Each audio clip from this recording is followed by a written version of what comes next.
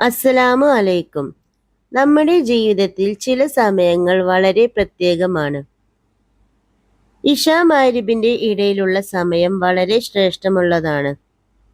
ഈ സമയം ആത്മീയമായ ഒരു അവസരമാണ്.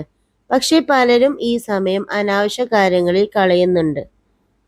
ഇന്ന് സ്ത്രീകൾ പലരും ടിവി സീരിയലിന്റെ മുന്നിലും യൂട്യൂബ് വീഡിയോസിന്റെ മുന്നിലുമാണ് ഇശാ മഗ്‌രിബിന്റെ ഇടയിലുള്ള സമയം ചിലവഴിക്കുന്നത്. അല്ലാഹു നമുക്ക് ധാരാളം അനുഗ്രഹങ്ങൾ തന്നിട്ടുണ്ട്. അതിൽ ഏറ്റവും പ്രധാനപ്പെട്ട ഒന്നാണ് നമ്മുടെ വീട്. ആ വീടുകളിൽ ഖുർആൻ ഓതുമ്പോഴും നബിയുടെ മേൽ സ്വലാത്ത് ചൊല്ലുമ്പോൾ അതുപോലെ തന്നെ ഇബാദത്തുകൾ ചെയ്യുന്നതനുസരിച്ച് അല്ലാഹുവിന്റെ ബർക്കത്ത് ഉണ്ടാവും. എന്നാൽ ചില തെറ്റുകൾ നമ്മുടെ വീടിന്റെ ബർക്കത്ത് ഇല്ലാതാക്കും. അതിന് ഇശാ മഗ്‌രിബ് നിസ്കാരത്തിന്റെ ഇടയിൽ ചെയ്യാൻ പാടില്ലാത്ത ചില കാര്യങ്ങളുണ്ട്. എന്നാൽ പലപ്പോഴും പല ആളുകൾക്കും ഈ തെറ്റുകൾ അറിയാതെ ആവർത്തിച്ചുകൊണ്ടിരിക്കുന്നു. ഇശാ മഗ്‌രിബ് നിസ്കാരത്തിന്റെ ഇടയിൽ ചെയ്യാൻ പാടില്ലാത്ത കാര്യങ്ങൾ. 1.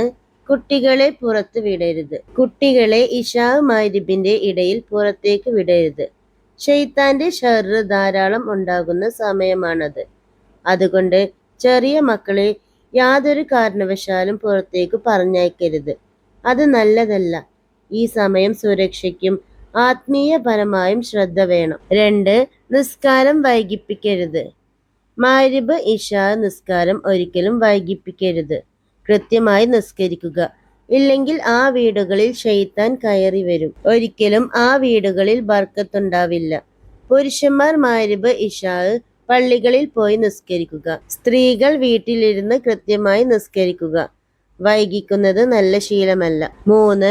വീടുകളുടെ വാതിലുകളും ജനലുകളും തുറന്നു വെക്കരുത്. ഇശാ മഗ്‌രിബിന്റെ ഇടയിൽ വാതിലുകൾ അടക്കുക.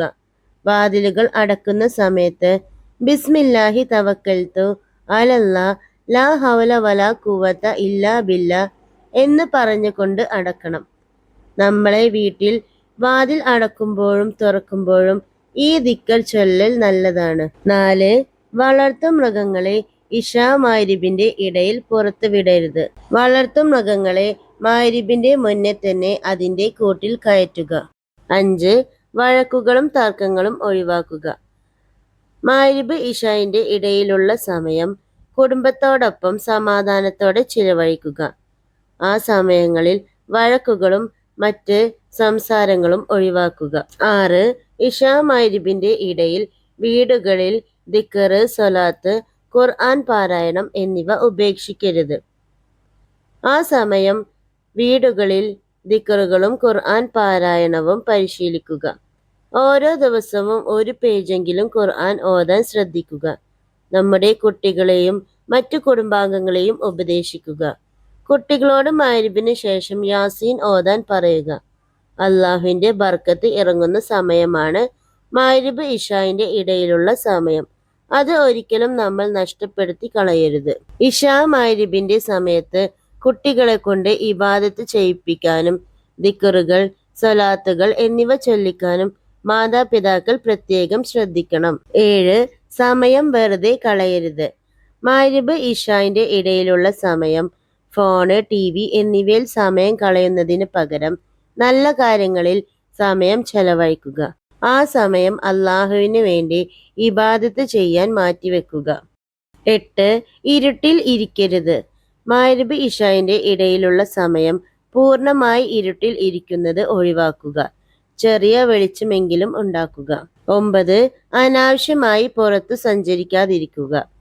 ഇശാ മഗ്‌രിബിന്റെ ഇടയിലുള്ള സമയം വീടുകളിൽ തന്നെ കഴിയുന്നതാണ് ഏറ്റവും നല്ലത്. ആ സമയത്ത് പുറത്തിറങ്ങാതിരിക്കാൻ ശ്രദ്ധിക്കുക. 10. ദുആ ചെയ്യാതെ സമയം കളയരുത്. ഇശാ മഗ്‌രിബിന്റെ ഇടയിലുള്ള സമയം വളരെ ശ്രേഷ്ഠമുള്ളതാണ്. ഈ സമയത്ത് ദുആയ്ക്ക് വളരെ ഉത്തരം ലഭിക്കുന്ന സമയമാണ്. അതുകൊണ്ട് അല്ലാഹുവിന് വേണ്ടി നമ്മുടെ തെറ്റുകളെല്ലാം പുറത്തു തരാൻ വേണ്ടി ദുആ ചെയ്യുക. ഇശാ മഗ്‌രിബിന്റെ ഇടയിലുള്ള സമയം നമ്മൾ വെറുതെ കളയേണ്ട സമയമല്ല. അത് അല്ലാഹുവിനോട് അടുത്ത് പോകാനുള്ള ഒരു അവസരമാണ്. ഇന്നു മുതൽ നമുക്ക് ചെറിയൊരു മാറ്റം കൊണ്ടുവരാം. ഈ സമയം നന്മകൾക്കായി ഉപയോഗിക്കാം. പാപങ്ങളിൽ നിന്ന് വിട്ടുനിൽക്കാം. നിസ്കാരം കൃത്യമായി പാലിക്കുക. ദിക്റുകളും ദുആകളും ചൊല്ലുക. അനാവശ്യമായ കാര്യങ്ങളിൽ ഒഴിവാക്കുക. ചെറിയ നല്ല ശീലങ്ങൾ പോലും വലിയ മാറ്റങ്ങൾ ഉണ്ടാക്കും. അല്ലാഹു മഗ്‌രിബിന്റെയും ഇശാഇന്റെയും ഇടയിലുള്ള സമയം നന്മകളാൽ നിറക്കാനും നമ്മെ തന്റെ പ്രിയപ്പെട്ട അടിമകളിൽ ഉൾപ്പെടുത്താനും സഹായിക്കട്ടെ. ആമീൻ. നിങ്ങൾക്ക് എൻ്റെ വീഡിയോ ഉപകാരപ്രദമായാൽ മറ്റുള്ളവരിലേക്ക് കൂടി ഷെയർ ചെയ്ത് കൊടുക്കുക. ഒപ്പം തന്നെ എൻ്റെ ചാനൽ സബ്സ്ക്രൈബ് ചെയ്യുക.